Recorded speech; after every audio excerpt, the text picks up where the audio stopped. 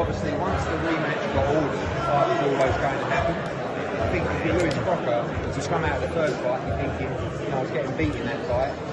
I had a little bit of a gift, if you like, from Paddy Donovan's mistake. I'm not running it back. Why would I run it back?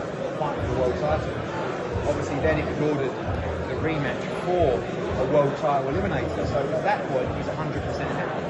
Obviously, with Jerron Ennis moving up, that allowed us to make the first ever All-Irish World Championship fight and to do it at Windsor Park. So a massive opportunity for both, a massive fight, and they're all in it to win it.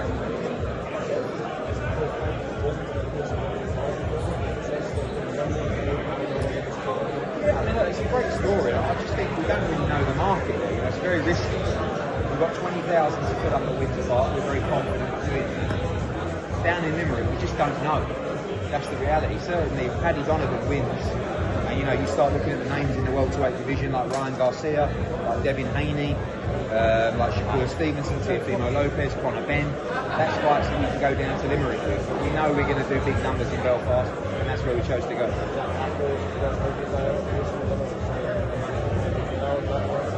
Yeah, for sure. I mean, look, you always, obviously, if you've got fighters in the division, you would always lend yourself to making an in-house fight for a world championship. So in this situation, I think firstly Conor Benn is definitely looking at the winner of this fight, and of course Jack Catterall, if he's down at 147, to look at the winner for a world title.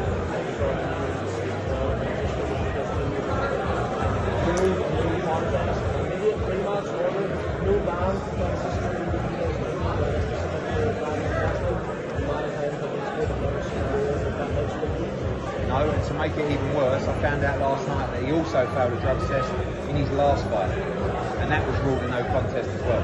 Because I was sadly scrolling through BoxRec, just looking at Francisco Rodriguez, and I noticed that his fight before Galao Fire was a no contest. I spoke to the Texas Commission, they confirmed he failed a drugs test for that fight.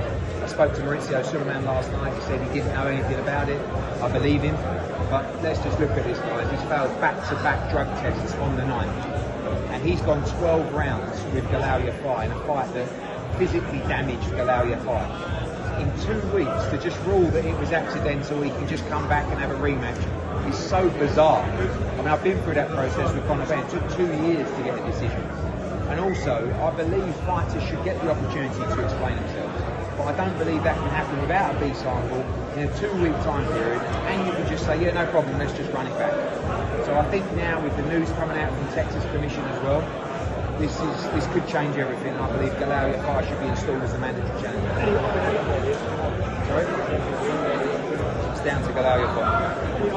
Obviously a massive rematch in Windsor Park. How long did it take to actually get it over the line with the government and everything else? They were very supportive, and we really appreciate that. I think they like the opportunity of giving Lewis Crocker the opportunity. Obviously, we know from a historical point of view, it's the first All-Irish World Championship fight in history.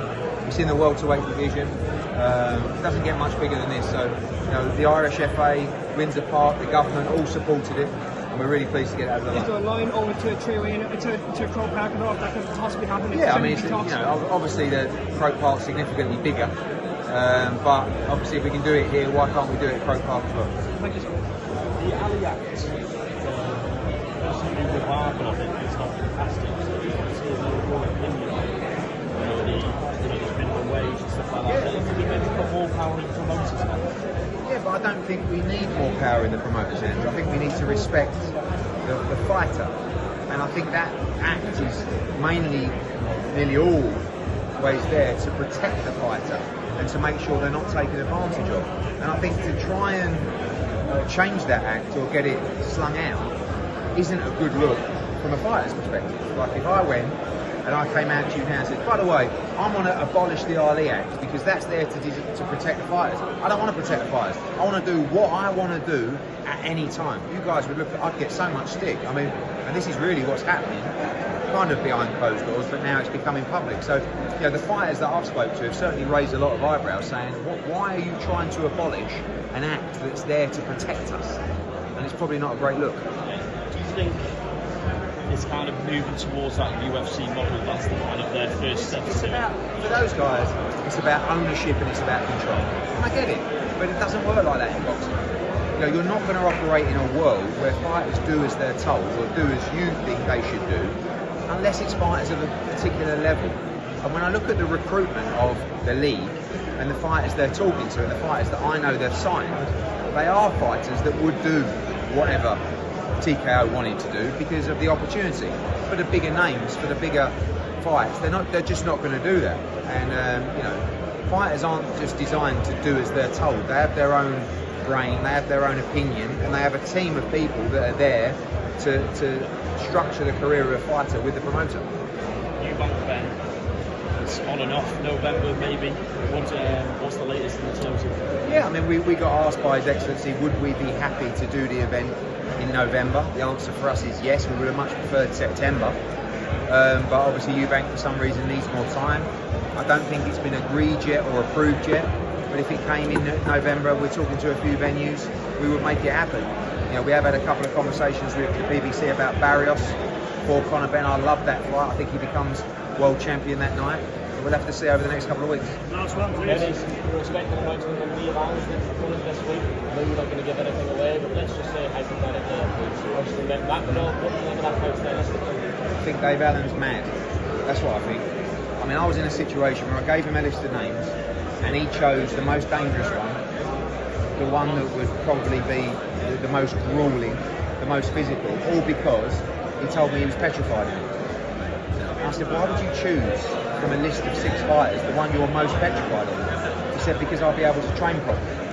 I said, Dave, I've given up trying to understand you years ago, but thank you, because you're going to give us a thriller in October and that'll be announced this week. Last quick one, Callum Smith, Morel, we know, coach Vince could be in the 20 days away. Have there been any talks with Morel? Yeah, absolutely. Yeah, we've been talking to BBC as we are about Subriel Matias and Dalton Smith, finalising that as well.